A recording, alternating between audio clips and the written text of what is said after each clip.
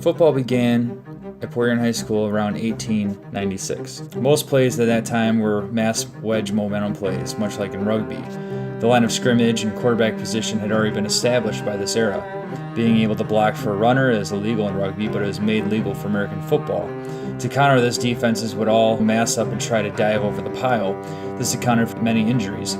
There are many reports from the students during this time about concerns of overall weight of the team and which is needed to push the other team around. This is a concept that holds true today in modern rugby.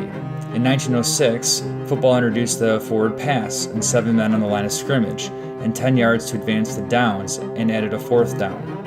In this era, students were elected as the board of managers with a secretary, treasurer, and captain. The captain taught the other players the game, sometimes assisted by a college player or bringing in an adult.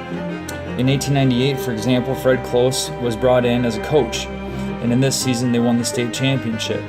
This is generally how football teams were operated for the first 20 years. In a time when only 3.4% of all students who entered the first grade graduated high schools, students who did attend high school in Port Huron tended to take ownership over their time. Student managers were the sole dictator of the policy of the team, and faculty were indifferent to it. Games were secured under the high school name and canceled for no reason, and often the offending party would not have the courtesy to give due notice. Such a case was documented with Marine City.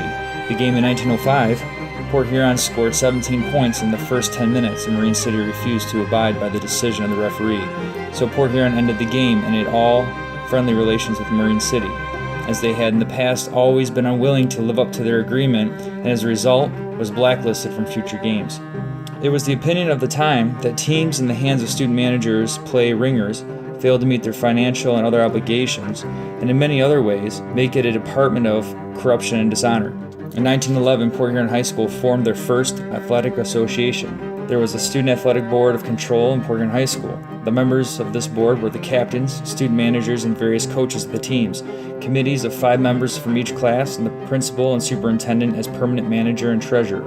At their first meeting, the Athletic Association voted Tubby Myers as their president, thus beginning his reign over Port Huron High School athletics. Another important development of this time was the idea of recognition of time in service.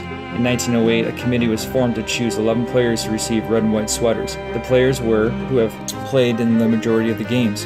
This would be the precursor to the modern athletic varsity letter. Also during this era, John Sawyer was the first documented African-American graduate and athlete at Port Huron High School, graduating in 1910, playing football nearly 40 years before Jackie Robinson broke the color barrier in Major League Baseball.